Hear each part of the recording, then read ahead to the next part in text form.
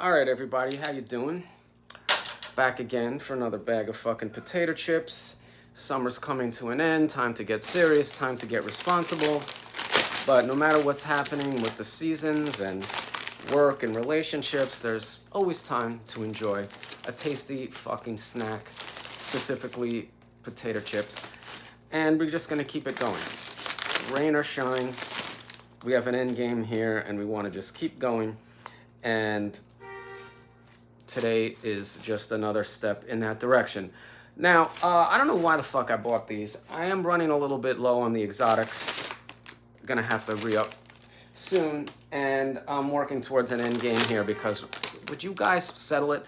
And we're gonna call this season 4 wrap in a couple of weeks because I have a big trip coming up later on that, and we're gonna get into the details, have some other news to report in another time, but right now I need to get the fuck out of here and get some work done. I just released a very successful drop and it needs attending to. So anyway, shut the fuck up and talk about these chips.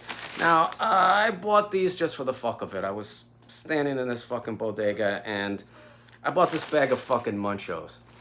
Nothing exotic about this. This is a common, very popular, just very prevalent American brand. There's nothing specifically interesting about it. I just copped it because I used to love these as a kid. I haven't had them in ages. I know I'm gonna hate this. This is bullshit.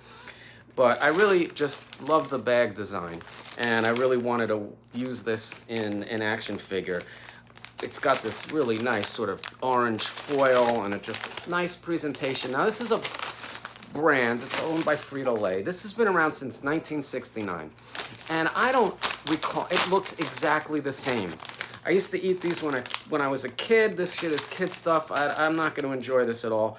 But there's just something iconic about this. Like with all the fluctuations and all the things and experiments and extremes and all this weird shit that every other potato chip brand has been doing, Munchos has just been fucking Munchos the whole fucking time. So give them props for this.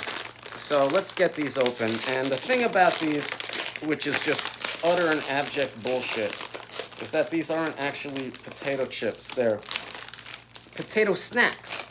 They're made out of reconstituted potato powder, much like Pringles. Ugh.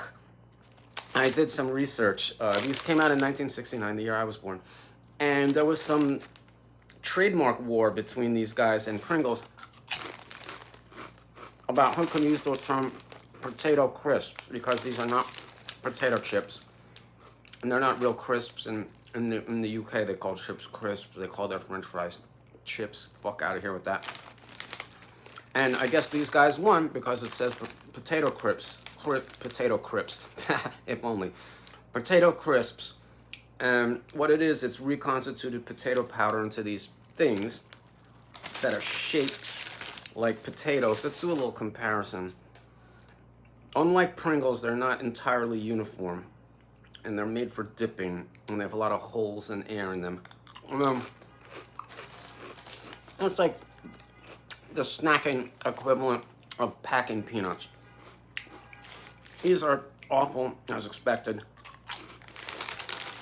Salty, styrofoamy bullshit.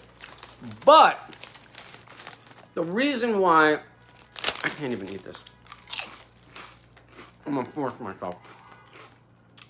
What's really notable about these are not the chips themselves, but their commercials. Because Jim Henson, before The Muppet Show and before Sesame Street, used to make television commercials with his Muppet characters. Some of them are just absolutely brilliant. And he did a commercial for Munchos. And in one commercial, there's this monster. I think is the name Arthur or Albert, I can't remember, I just read it. There's this monster who's obsessed with Munchos and has to eat them. He's got these big googly eyes and these sharp teeth.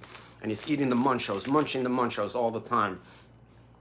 And it turns out that the Munchos monster was the actual prototype and later became the iconic Sesame Street character, Cookie Monster.